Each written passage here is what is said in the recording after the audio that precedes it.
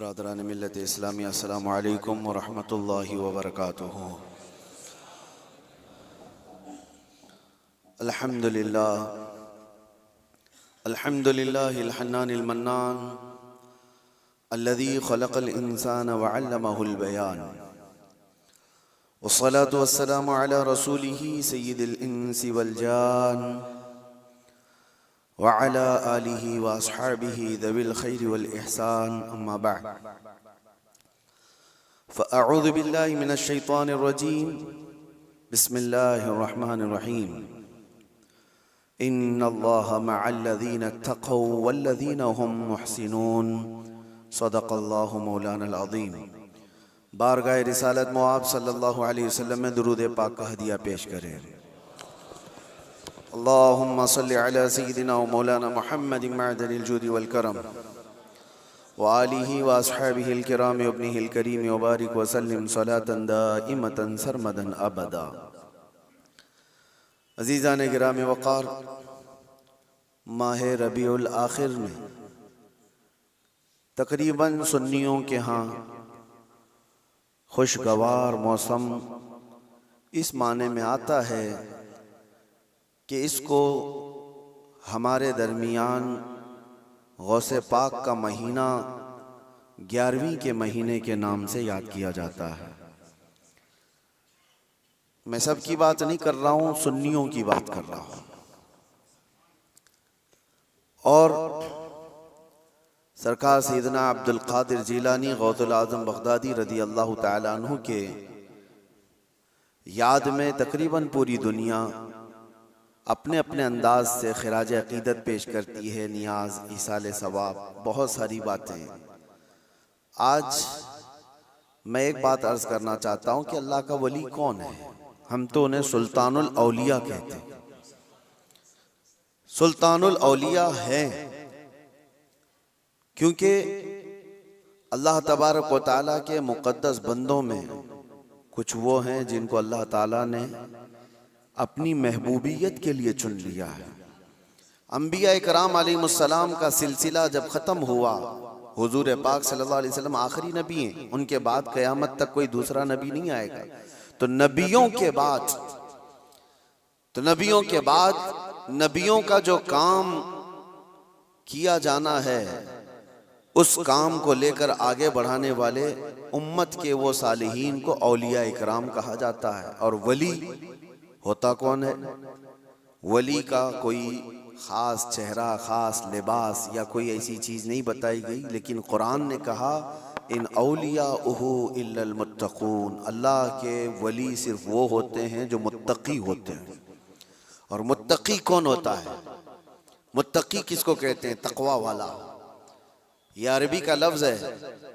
मुत्तकी किसको कहते हैं? उसकी बहुत सारी डेफिनेशन है। एक चीज़ मैं बताऊं, हुजूर पाक सल्लल्लाहु अलैहि वसल्लम ने फरमाया कुछ चीज़ें हलाल हैं, कुछ चीज़ें हराम हैं।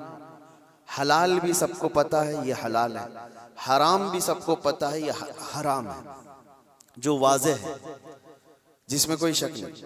लेकिन हलाल और हराम के बीच में कुछ चीज़ें ऐसी हैं जिनके बारे में शक होता है कि हलाल है कि नहीं है, हराम है या नहीं। तो फरमाया गया ऐसी शक वाली चीज़ों को छोड़ देने का नाम तक़वा है। हराम चीज़ें छोड़ने का नाम नहीं। हराम चीज़ें छोड़ना तो मुसलमान के लिए ज़रूरी है। शराब नहीं पीता, चोरी नहीं करता, ज़िना नहीं करता, ये सारी चीज़ें नहीं करता, ये तो मुसलमान के लिए ज़रूरी हैं। लेकिन चंद वो चीज़ें हैं जो हराम और हलाल के बीच में मशकूक हैं, उन चीज़ों को भी छोड़ देने का नाम तक़वा है। और तक़वा दिल से होता है। तक़वा दिल से होता है। इस तौर पर समझ लें कि हमेशा उसके सीने में अल्लाह का खौफ हो, हर घड़ी अल्लाह तबारक व तआला की खशियत हो, उसको तक़वा कहा जाता है। तक़वा और तक़वे के बगैर कोई वली नहीं होता। तक़वा सबसे बड़ी चीज़ ये है कि तक़वा कराता क्या है? ठंडियों में बिस्तर छोड़कर खड़ा हो जाता है बंदा अल्लाह की इबादत के लिए, तक़वा है। रात के वक्त वो जब लोग सो रहे हों, ये रब ताला के हुजूर खड़ा हो जाता है। ये अल्लाह का खौफ उसको बिस्तरों से उठा देता है। ये तकवा है। अल्लाह का खौफ उसे ऐसी जगहों की तरफ देखने भी नहीं देता जिसको दुनिया आमतौर पर देखती है। ये तकवा है। अल्लाह का खौफ उसके सीने में, उसकी आंखें महफूज हैं, उसकी जुबान महफूज है, उसका दिल महफूज है, उसके हाथ पैर महफूज हैं गुनाहों से। ये तकवा है। और ये तकवे के साथ ही कोई अल्लाह का वली होता है। अल्लाह का वली वो नहीं कि लठ छोड़ करके रखा है बालों की, 10-10 अंगूठियां पहन के घूम रहा है और कोई भी बाबा बन करके लोगों को लूट रहा है, उसको लोग समझ लिए कि अल्लाह का वली है। अल्लाह का वली वो नहीं होता। सबसे बड़ी बात आपको मैं बताऊं, हुजूर पाक सल्लल्लाहु ताला अलैहि वसल्लम को छोड़ करके कोई अल्लाह तक पहुंच ही नहीं सकता। बखुदा खुदा का यही है दर, नहीं और कोई मफर मखर, जो वहां से हो यही आके हो, जो यहाँ नहीं तो वहां नहीं। बे उनके वास्ते खुदा कुछ अता करे, हाशा गलत गलत ये हवस बेबसर की है। हुजूर को छोड़ करके कोई डायरेक्ट जाने वाला रास्ता है ही नहीं, नबी पाक सल्लल्लाहु अलैहि वसल्लम। अब ये बात मैं क्यों कह रहा हूं, कुछ वो लोग जो वली बनने का दावा कर रहे हैं, ढकोसला है, जिनके यहाँ हुजूर पाक की शरीयत का कोई लिहाज नहीं। हुजूर से अगर मोहब्बत हो तो हुजूर की सुन्नत से भी मोहब्बत होगी। हुजूर से अगर मोहब्बत हो तो हुजूर की शरीयत से मोहब्बत होगी। नबी पाक सल्लल्लाहु ताला अलैहि वसल्लम के सहाबा में सिद्दीक़ अकबर से बढ़कर वली कौन है? फारूक आजम की तरह वली कौन है? उस्मान गनी की तरह अल्लाह का वली कौन है? हैदर कर्रार तो शाह विलायत हैं, वलियों के सरदार हैं। तो मुझे आप बताओ, ये सहाबा में से कभी कोई ऐसा सहाबी जो रसूलुल्लाह की इक्तिदा करने में पीछे रह गया हो, कोई नमाज कज़ा करता हो, शरीयत की धज्जियां उड़ाता हो?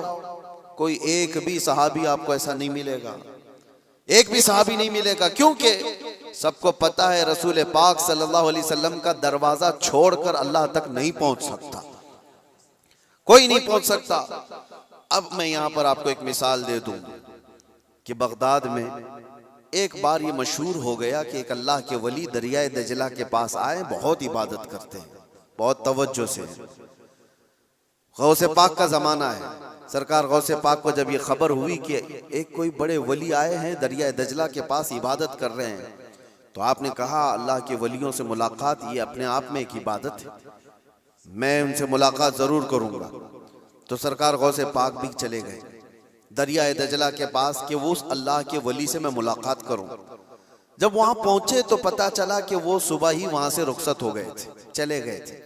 गौसे पाक से उनकी मुलाकात नहीं हो पाई, लेकिन लोगों में मशहूर था, सारे लोग देख रहे थे, वो कंटिन्यू इबादत करते थे, मुसलसल इबादत करते थे। तो गौसे पाक रदी अल्लाह तआला अन्हु जब लोगों से पूछते हैं वो इबादत कहाँ करते थे, लोगों ने बताया जो जगह थी वो रेत पर जो है दरिया के किनारे जो रेती पड़ी हुई थी उसी पर इबादत करते थे। गौसे पाक गौर से निशानियां देखते हैं, उनके सजदों के निशान थे, उनके हाथों के पैरों के निशान थे। आपने गौर से देखने के बाद फिर कहा तुम लोग झूठे शख्स को अल्लाह का वली समझ लियो, वो कहां से अल्लाह का वली था, तुम लोग किसी को भी वली मान लेते हो। लोगों ने कहा आपने तो देखा नहीं और ऐसे ही आप कह रहे, हम तो उनको मुसलसल इबादत करते हुए देख रहे थे, कोई नमाज कज़ा तो नहीं करते थे। गौसे पाक का मेयार देखें, किसको वो अल्लाह का वली समझते थे, कसौटी। सरकार गौसे पाक फरमाते तुमने देखा जरूर होगा, लेकिन मैं उनके निशानात देख रहा हूँ, सजदे में जाने के, हाथों के निशान यहाँ नजर आ रहे हैं। तो लोगों ने पूछा इससे क्या समझ में आया आपको? कहा देखो 10 उंगलियां रेत पर ऐसी खुली हुई पड़ी दिख रही हैं, और मेरा मानना यह है कि जब नबी पाक सल्लल्लाहु ताला अलैहि वसल्लम सजदा करते थे तो 10 उंगलियां मिली हुई होती थी। सजदे में हुजूर पाक सल्लल्लाहु अलैहि वसल्लम की उंगलियां मिली हुई होती थी, और ये शख्स जिसको तुम इबादत करता हुआ देख रहे हो उसकी उंगलियां पूरी फैली हुई हैं। जो हुजूर की सुन्नत पर अमल नहीं करता, मेरे नजदीक वो वली हो नहीं सकता, वो वली नहीं हो सकता। एक सुन्नत को तर्क करने पर गौसे पाक फरमाते हैं कि मैं उसको नहीं मानता वली।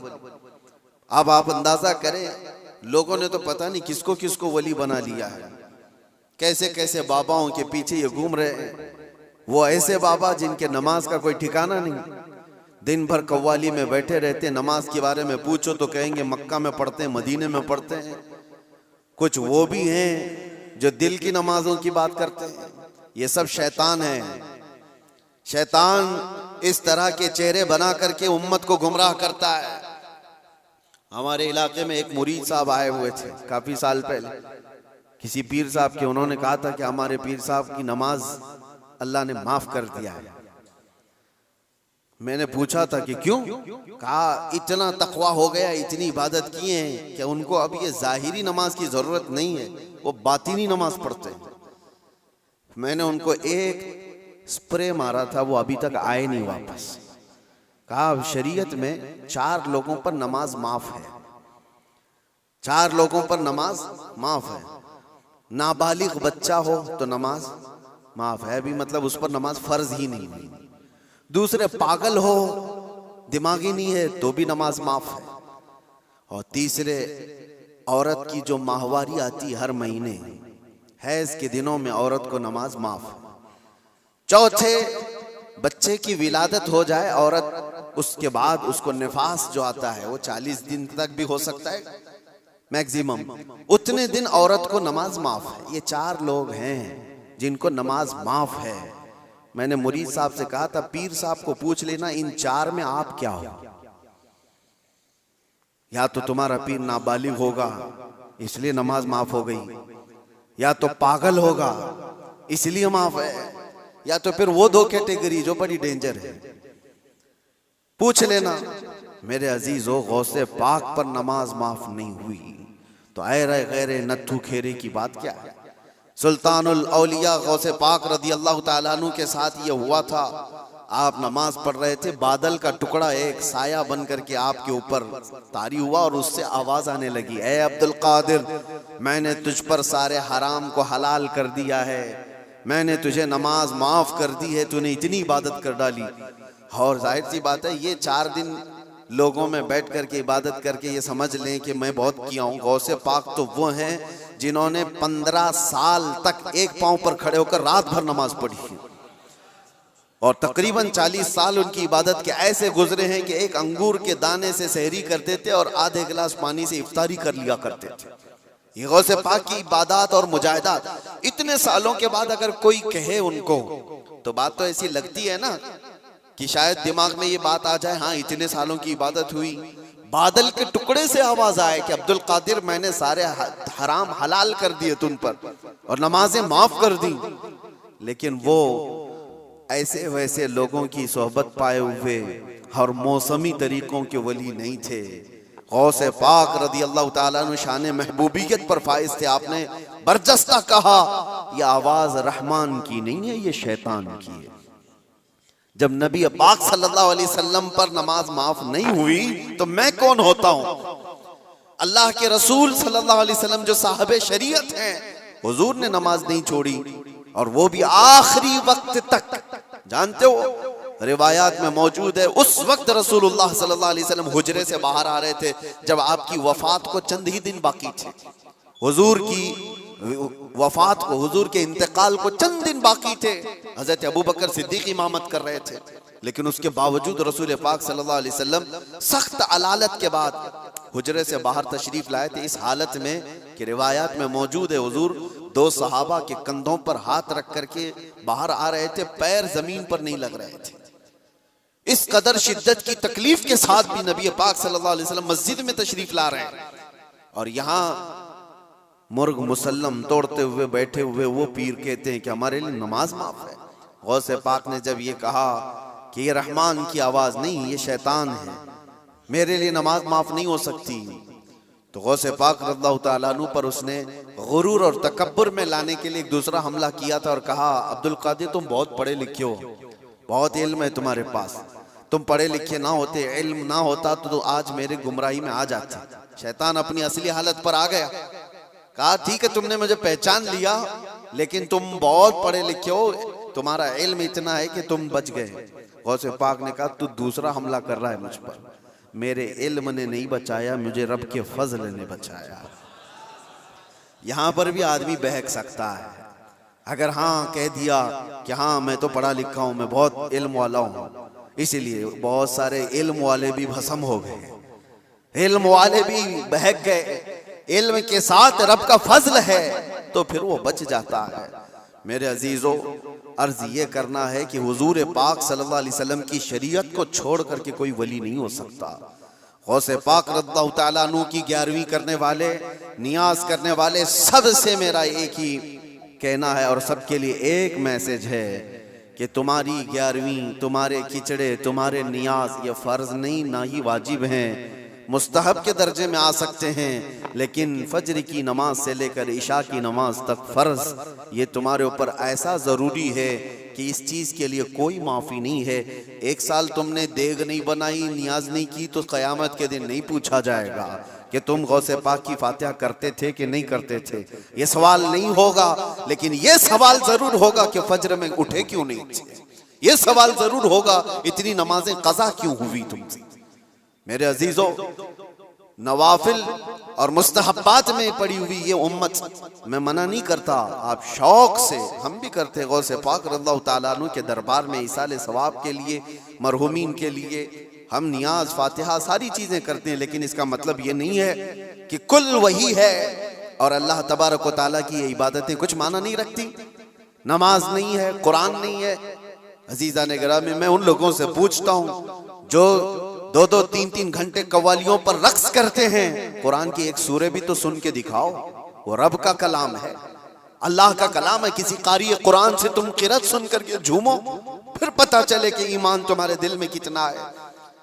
ढोल बाजों पर रक्स करने वाली कौम, ईमान से अगर ताल्लुक है तो इन खुराफात में नहीं जा सकता। कभी ईमान मजबूत करो, औलिया कामिलीन की जमात से वाबस्ता रहना ये जरूरी है, लेकिन उसका मतलब सिर्फ ये नहीं जो बनाया गया है। हम सुन्नियों पर एक बड़ा इल्जाम ये लगाया जाता है कि ये सिर्फ चादर, गागर, जुलूस, फातिहा, नियाज, 11वीं वाले लोग हैं।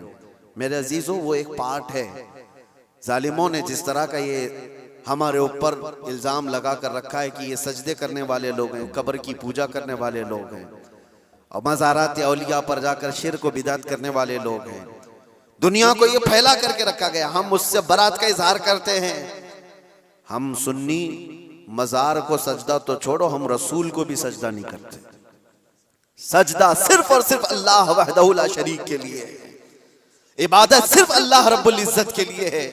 सजदा तो दूर की बात, झुकना भी जायज नहीं है, झुकना भी जायज नहीं। हम इस अकीदे के हामिल हैं, अल्हम्दुलिल्लाह, मज़ारात पर जाते हैं तो शिर्क व बिदअत के लिए नहीं, मेरे मुस्तफ़ा के फरमान पर जाते हैं, हुजूर पाक सल्लल्लाहु अलैहि वसल्लम के फरमान की बुनियाद पर जाते हैं। और रही बात औलिया कामिलीन के मज़ारात पर जाकर दुआ करना, ये कुरान से हम अख़ज़ करते हैं कि सैयदना ज़करिया अलैहिस्सलाम, ज़करिया अलैहिस्सलाम अल्लाह के नबी हैं। पता है, बैतुल मुक़द्दस के इमाम, कुरान में है 3 पारे में, सूरह आले इमरान, आप पढ़ करके देखना। उनको औलाद नहीं थी, 90 साल की करीब उम्र हो गई थी, लेकिन उसी वक्त बैतुल मुक़द्दस में हजरत बीबी मरियम को लाया गया था। हजरत बीबी मरियम का भी मामला ऐसा है, उनकी वालिदा मन्नत करी थी, उनके वालिद इमरान, उनकी वालिदा हन्ना, उनको भी औलाद नहीं थी। उन्होंने मन्नत की थी कि अल्लाह अगर हमको तू बेटा दे तो हम बैतुल मुक़द्दस की खिदमत में वक्फ करेंगे। बेटा नहीं हुआ, बेटी हुई। मन्नत के मुताबिक उन्होंने अपनी बेटी का नाम मरियम रखा और ला करके बैतुल मुक़द्दस में वक्फ कर दिया बचपन में। तो किसको दिया जाएगा? जो बैतुल मुक़द्दस के इमाम थे, मुतवल्ली थे, हजरत ज़करिया अलैहिस्सलाम, उनके हाथ में दिया गया कि बच्ची वक्फ है। हजरत ज़करिया अलैहिस्सलाम ने कबूल किया और एक मेहराब में बच्ची को रखते थे। कुरान में ये जिक्र है, मैं बता रहा हूँ आपको। और हजरत ज़करिया अलैहिस्सलाम कहते हैं, कुल्लमा दखल अलैहा ज़करिया अल-मिहराब वजद इंदहा रिज़्क़ा क़ालत या मरियम अन्ना लकी हाज़ा क़ालत हुवा मिन इंदिल्लाह इन्नल्लाह यर्ज़ुक़ु मन यशाअ बिग़ैरि हिसाब। जब जब हज़रत ज़करिया अलैहिस्सलाम मेहराब मरियम में जाते तो कहते हैं किस्म किस्म के फल वहां पर रखे हुए पाते थे। तो हज़रत ज़करिया पूछते, मरियम ये सब तेरे पास कहाँ से आता है? हज़रत मरियम कहती है, सब अल्लाह की तरफ से है, अल्लाह जिसे चाहे बेहिसाब रिज़्क़ देता है। मरियम कौन है? नबी नहीं है। हजरत मरियम हाँ अल्लाह की वलियां हैं, पाकीज़ा मुक़द्दस हस्ती। लेकिन उनको अल्लाह तबारक व तआला ने वो करामात से नवाजा था, वो बचपन में फल वगैरह उनको रिस्क के तौर पर पहुंच रहा था। इसके बाद की जो आयत है अब सुनो, इसके बाद ये जो वाकया है उसके बाद की आयत कुरान पाक में सूरह आले इमरान में रब ताला फरमाता है हुनालिका दआ ज़करिया रब्बह क़ाल रब्बि हबली मिन लदुनका ज़ुर्रियतन तय्यिबतन इन्नका समीउद दुआ। ज़करिया अलैहिस्सलाम को भी औलाद नहीं थी, तो उसी मरियम के मेहराब में खड़े हो गए जहां बीबी मरियम थी, कहा ऐ अल्लाह मुझे भी एक बेटा अता कर दे। हुनालिका दआ ज़करिया रब्बा, ये कुरान की आयत है। ज़करिया अलैहिस्सलाम ने अपने रब से दुआ की, अल्लाह मुझे भी एक बेटा दे दे, तेरी जानिब से नेक और साले बेटा अता कर दे। अब ये दुआ तो हो गई और कुरान में उसके फौरन बाद आयत है फनादतहुल मलाइकतु व हुवा क़ाइमुन युसल्ली फिल मिहराब अन्नल्लाह युबश्शिरुका बियहया। उसी वक्त अल्लाह के फरिश्तों ने बशारत दे दी ज़करिया अलैहिस्सलाम को, तुम्हारी दुआ कबूल हो गई और यहया अलैहिस्सलाम की शक्ल में तुम्हें बेटा मिलने वाला है। इतनी तेज दुआ।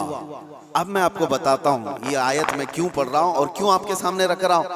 ज़करिया अलैहिस्सलाम खुद अल्लाह के नबी और जहां के इमाम है वो बैतुल मुक़द्दस है, दुनिया का सबसे मुक़द्दस तरीन मकाम। उस वक्त बैतुल मुक़द्दस में हजरत ज़करिया अलैहिस्सलाम जहां इबादत करते थे वहीं पे दुआ भी तो कर सकते थे, वहीं पर दुआ कर सकते थे, लेकिन कुरान ये कहता है वो मेहराब मरियम में आकर के दुआ कर रहे हैं। मेहराब मरियम में जहां बीबी मरियम बैठी वहां दुआ कर रहे हैं। इससे पता ये चलता है कि अल्लाह के सालेह बंदे जहां होते हैं वहां से दुआएं कबूल होती। पता चला जहां नेक और सालेह अल्लाह के वली रहा करते हैं वहां से जब नबी की दुआ कबूल होती है तो फिर उम्मती की क्यों नहीं कबूल होती।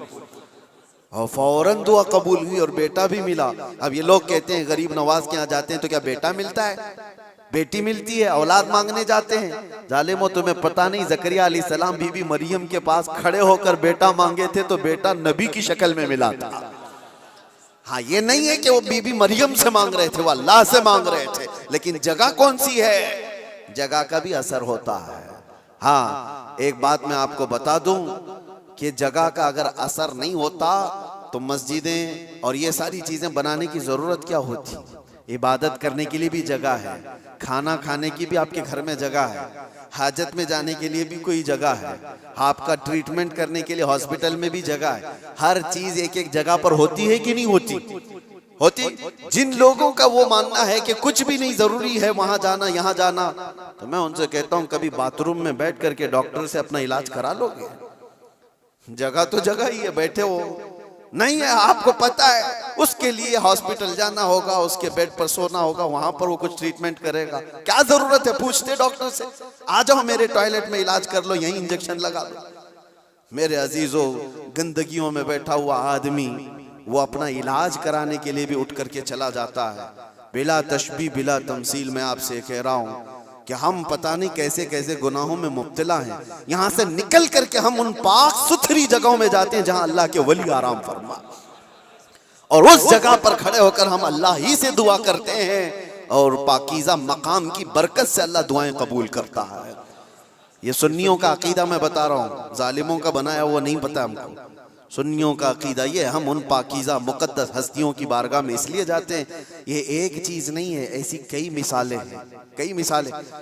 हदीस अल इसरा वल मिअराज जो हुजूर सल्लल्लाहु अलैहि वसल्लम के मेराज का सफ़र है ना, उस सफ़र में एक रिवायत ये भी मिलती है कि एक जगह पर हुजूर पाक सल्लल्लाहु अलैहि वसल्लम रुक गए। हज़रत जिब्राइल अमीन ने कहा यहाँ पर आप 2 रकात नमाज पढ़ लें। हुजूर पाक सल्लल्लाहु अलैहि वसल्लम ने वहां पर 2 रकात नमाज अदा की और उसके बाद पूछा जिब्राइल से ये कौन सा मकाम है, तवज्जो। तो हजरत जिब्राइल अलैहिस्सलाम ने कहा ऐ अल्लाह के नबी, ये वो जगह है जहां हजरत ईसा अलैहिस्सलाम की पैदाइश हुई थी। बीबी मरियम से हजरत ईसा अलैहिस्सलाम की पैदाइश हुई थी, वहां पर हुजूर पाक सल्लल्लाहु अलैहि वसल्लम ने 2 रकात नमाज अदा की। हाँ जगह को आप सल्लल्लाहु तआला अलैहि वसल्लम ने अपने नमाज का मुसल्ला बनाया।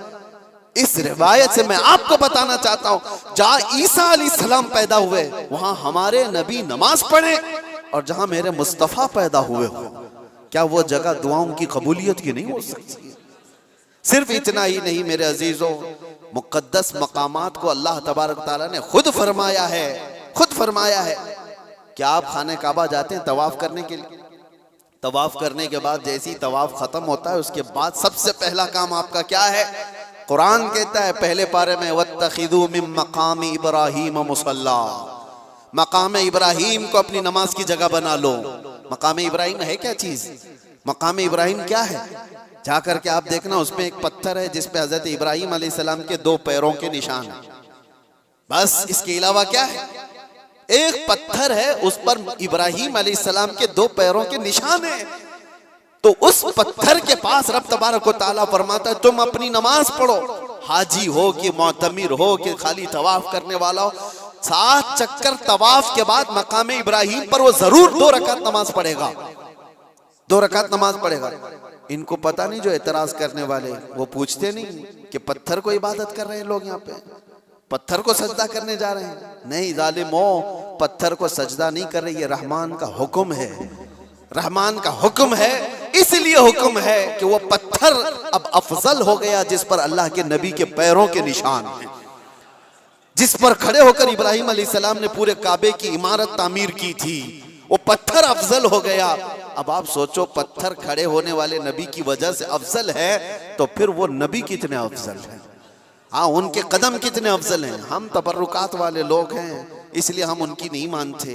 हम तो छोटी सी भी कोई चीज निस्बत की मिलती है तो हम उसको एहतराम से सर आंखों पर रखते हैं। आज भी बिहम्दिही ताला हुजूर पाक सल्लल्लाहु अलैहि वसल्लम के मुँह मुबारक पूरी दुनिया में देखे तो सुन्नियों के पास ही मिलेंगी, क्योंकि कदर उनको ही है और वो चाहते हैं कि हुजूर पाक सल्लल्लाहु अलैहि वसल्लम से रिलेटेड जो भी चीज है वो अजमत वाली है। औलिया कामिलीन की बात कर रहे हैं मेरे अजीजों, बहुत सारी बातें हैं। अब आपको मैं बताता हूँ, जो एक बड़ा सवाल ये है कि ये औलिया इकराम के लिए कहानियां गढ़ लेते हैं लोग, करामत करामत करामत कहते हैं। जो करामत का इनकार कर रहा है वो कुरान का इनकार कर रहा है। हाँ, हर वली की करामत तो कुरान से मैं नहीं बता रहा, लेकिन अल्लाह तबारक व तआला ने जो फरमाया वो आपको बता रहा। हमने कहा गौसे पाक रज़ी अल्लाह तआला अन्हु, अब चंद बातें मैं सरकार गौसे पाक की बताकर इस एतराज का जवाब देता हूँ। सुल्तानुल औलिया गौसे पाक रज़ी अल्लाह तआला अन्हु की बारगाह में एक औरत आई, अपने बच्चे को लेकर कहा कि इसको अपने पास रख लीजिए। आपने कबूल कर लिया, बच्चा तरबियत में आ गया। गौसे पाक की बारगाह में रहना पलना किसके नसीब में हो। चंद महीनों के बाद वो खातून आई, अपने बेटे को देखा, बहुत दुबला पतला, बिल्कुल कांडी हो गया, हड्डियां निकल गई। माँ तो माँ है, देखती है बच्चा कैसा हो गया, सूख गया, काटा हो गया। तो उसने देखा कि गौसे पाक कहाँ है। जा करके देखती है अंदर तो गौसे पाक के दस्तरखान पर अच्छी अच्छी ग़िज़ाएं थी, कुछ मुर्ग गोश्त वगैरह रखे हुए थे, और ये बूढ़ी औरत का बेटा सूखी रोटी पानी में भिगो कर खा रहा है, कोने में बैठा हुआ। अब एक माँ को लगे ही बात, खुद इतना अच्छा खाना खा रहे हैं, मेरे बेटे को परवरिश में रखे, कैसा खाना खिला रहे इसको। उस औरत ने कहा ये कैसी तरबियत है सैयदना अब्दुल कादिर, ये क्या है, मेरा बच्चा तो ऐसा है। आपने जवाब कुछ नहीं दिया। थोड़ी देर के बाद, खाना खत्म होने के बाद, उन हड्डियों को ऐसे जमा किया और कहा कुम बिइज़्निल्लाह, अल्लाह के हुक्म से उड़ जाओ। एक मुर्गी फड़फड़ाती हुई खड़ी हो गई। हाँ, आपने कहा कि जब तेरा बच्चा इस काबिल हो जाए तो वो भी रोज मुर्गी खाए। उसकी तरबियत चल रही है, उसकी तरबियत चल रही है। जब बंदा अपने नफ्स को मार लेता है तो अल्लाह सारी ताकतें उसको अता करता है। अल्लाह के लिए जब बंदा दुनिया छोड़ देता है तो अल्लाह उसका हो जाता है। तो गौसे पाक की ये बात बताने पर एक साहब मुझसे कह रहे थे, कहाँ से आप ये सारी चीजें लेकर के आ गए कि एक बंदा भी किसी चीज को जिंदा कर रहा है। उन्होंने ये नहीं देखा क्या गौसे पाक ने क्या कहा, अल्लाह के हुक्म से उठ जा। गुफ्त-ए वो गुफ्त-ए खुदा बुवत, फारसी में कहा जाता है अल्लाह का वली इस मकाम पर पहुंच जाता है कि जब वो बोलता है तो जुबान उसकी होती है, कलमा अल्लाह का होता है, कलमा अल्लाह का होता है। गौसे पाक की इस करामत पर एतराज करने वाले, तुम्हें पता नहीं, मुर्दों को जिंदा करना, अगर ये सिर्फ और सिर्फ आप ये कहते हैं कि इसकी वजह से शिर्क हो जाएगा, शिर्क का अकीदा, अल्लाह का काम ये जिंदा करना अल्लाह का ही काम है। लेकिन अल्लाह अगर किसी को ये ताकत दे दे तो क्या इब्राहिम अलैहिस्सलाम का वाकया कुरान में नहीं है? 4 परिंदे ले लो, उनको ज़बह करो, उनका कीमा करो, मिक्स करो, 4 पहाड़ों पर रख करके आओ। तीसरे पारे में है। और इब्राहिम अलैहिस्सलाम ने 4 परिंदों को ज़बह किया, उनका कीमा किया और अलग अलग पहाड़ों पर रख कर आए। और फिर अल्लाह ने फरमाया हर परिंदे का नाम लेकर बुलाओ, तुम मदउहुन्ना यातीनका सअया। कुरान में परिंदों को जब से इब्राहिम अलैहिस्सलाम ने पुकारा वो उड़ते हुए आए अपनी अपनी मुंडियों के साथ, और इधर जो गोश्त था वो पूरा जिस्म बन गया और सब के सब अपने अपने मुंडियों से जुड़ गए और जिंदा परिंदा होकर उड़ गए। ये वाकया कुरान में मौजूद है। सिर्फ इतना ही नहीं मेरे अजीजों, ईसा अलैहिस्सलाम के बारे में कुरान क्या कहता है कि ईसा अलैहिस्सलाम वो उबरिउल अकमह वल अबरस व उहयिल मौता बिइज़्निल्लाह, जो सफेद दाग वाला होता था, कोढ़ की बीमारी वाला होता था, ईसा अलैहिस्सलाम हाथ रखते तो सही हो जाता था। और कभी मरे हुए आदमी को ठोकर मारते तो जिंदा खड़ा हो जाता था। मट्टी के परिंदे बनाते, फूंक मारते वो उड़ने लग जाते थे। ये इधर उधर की किताबों की बात नहीं कर रहा हूं, कुरान की बात कर रहा हूं। कुरान में मौजूद है। अल्लाह के नबियों को अल्लाह ने ये ताकत अता की थी। मेरे अजीजों, गौसे पाक रदी अल्लाह ताला अन्हु की इस करामत पर एतराज करने वाले वो सिर्फ जाहिर को देखते हैं। गौसे पाक उम्मत मुस्तफ़ा के वली कामिल हैं, रसूलुल्लाह की उम्मत के वो औलिया के सरदार हैं। अल्लाह ने उनको वो ताकत अता फरमाई थी कि जब वो किसी चीज को हाथ लगा देते तो अल्लाह उनकी उस चीज को पूरी फरमा देता था। अब आपको चंद करामतों के बाद ये भी मैं बता दूं। एक बार गौसे पाक रज़ियल्लाहु ताला अन्हु बयान कर रहे थे और एक चील उड़ती हुई आई ऊपर से, बहुत ची ची ची आवाज कर रही थी। तो मजमे में इधर से उधर लोग देखने लग गए। डिस्टर्ब हो जाता ना, यहाँ होता है, अभी थोड़ी सी आवाज उधर आ जाए तो सबकी गर्दनें उधर हो जाएंगी। और गौसे पाक के मजमे में ये बेअदबी है। हुजूर गौसे पाक खुतबा दे रहे हो और इधर उधर कोई चेहरे उठाए तो आपने सिर्फ और सिर्फ घूर करके उस चील को देखा, उसकी मुंडी अलग और धड़ अलग गिर गए, वो मर के तड़पने लगी, खत्म हो गई। आपका खुतबा चलता रहा, अब कोई गर्दन उठा के देखता भी नहीं था, सब गौसे पाक की तरफ कि वो निगाहे जलाल जो चील पर पड़ी थी कहीं और भी ना पड़ जाए। सबका इन्हिमाक तवज्जो के बाद जब गौसे पाक का खुतबा खत्म हुआ तो ऐसा नहीं कि आप उस चील के पास गए, उसके मुंह को उठाया, उसके धड़ से लगाया, कहा कुम बिइज़्निल्लाह, अल्लाह के हुक्म से उड़ जा। वो चील फिर से जिंदा उड़ती चली गई। ये करामात के बाब में है। ये करामात, इसको क्या कहते हैं? करामत मौजिज़े का परतव है। अल्लाह के वली के हाथ से ऐसा काम जो आम आदमी नहीं कर सकता, और ये खसूसी ताकत अल्लाह ताला ने अपने बंदों में उन औलिया को दी है जो मुत्तकी और परहेजगार होते। अब मैं आपको बताता हूँ, वक्त कम है। ये कहते हैं कहानियां हैं, ये लोगों की बनाई हुई दास्तानें हैं। मेरे अजीजों, तुमको मानना और ना मानना ये हमारे लिए जरूरी नहीं, और ना ही हम किसी को मनवाने जा रहे हैं।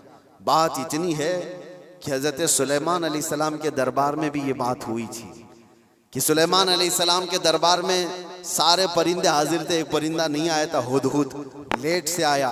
सुलेमान अलैहिस्सलाम जलाल में कहा उसको मैं सजा दे दूंगा।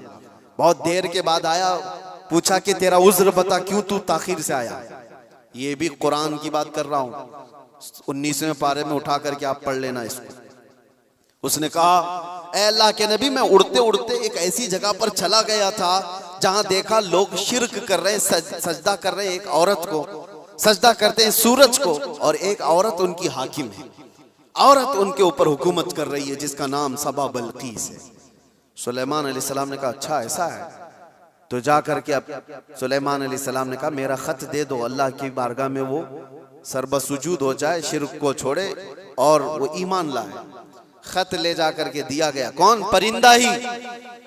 वो औरत मानने से इनकार कर दी, जो भी मामला है, और वो लड़ना चाहती थी, अपनी फौज लेकर के सुलेमान अलैहिस्सलाम के पास आना चाहती थी। फौज लेकर वो निकली, लेकिन उसके साथ एक मामला था।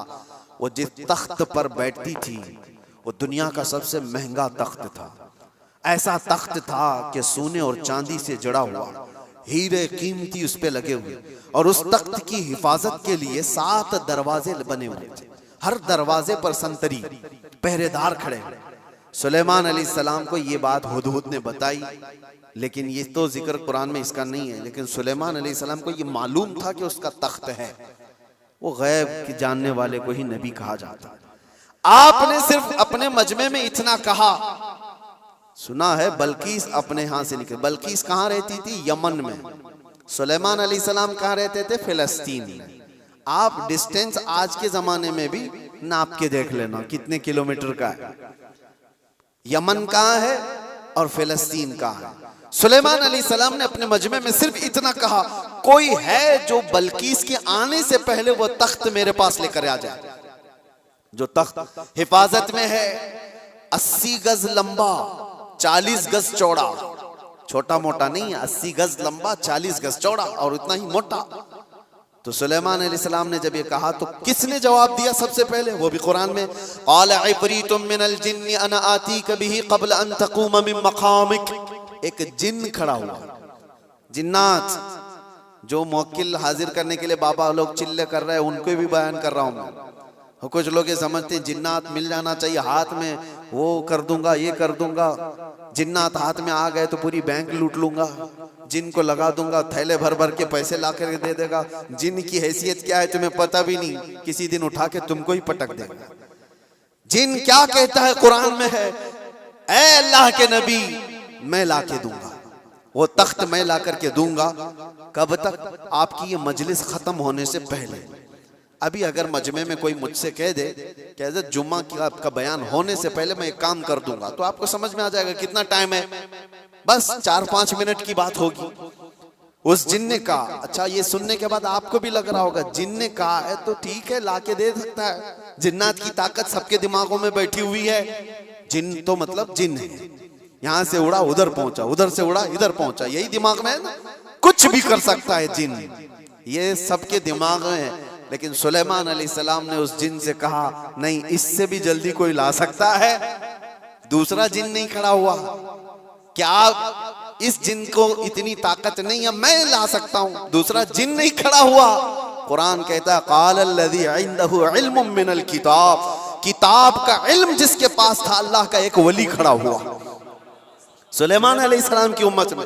वो कहता है अल्लाह का वली, जिनका नाम आसिफ बिन बरकिया बताया जाता है, उन्होंने कहा, अना आती कभी क़ब्ल अन यरतद्द इलैका तरफुक। ऐ अल्लाह के नबी मैं वो तख्त लाऊंगा।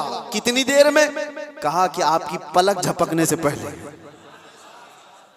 और फिर कुरान कहता है, फलम्मा रआहु मुस्तक़िर्रन इंदहु। सुलेमान अलैहिस्सलाम की बात कंप्लीट भी नहीं हुई थी, आपने पलट कर देखा तो वो तख्त वहां हाजिर था। कौन लाया? सुलेमान अलैहिस्सलाम खुद नबी हैं, उनका पावर अपनी जगह पर, लेकिन लाने वाला नबी नहीं था, वो उस उम्मत का वली था। किस उम्मत का? बनी इसराइल में है। सुलेमान अलैहिस्सलाम बनी इसराइल के नबी हैं।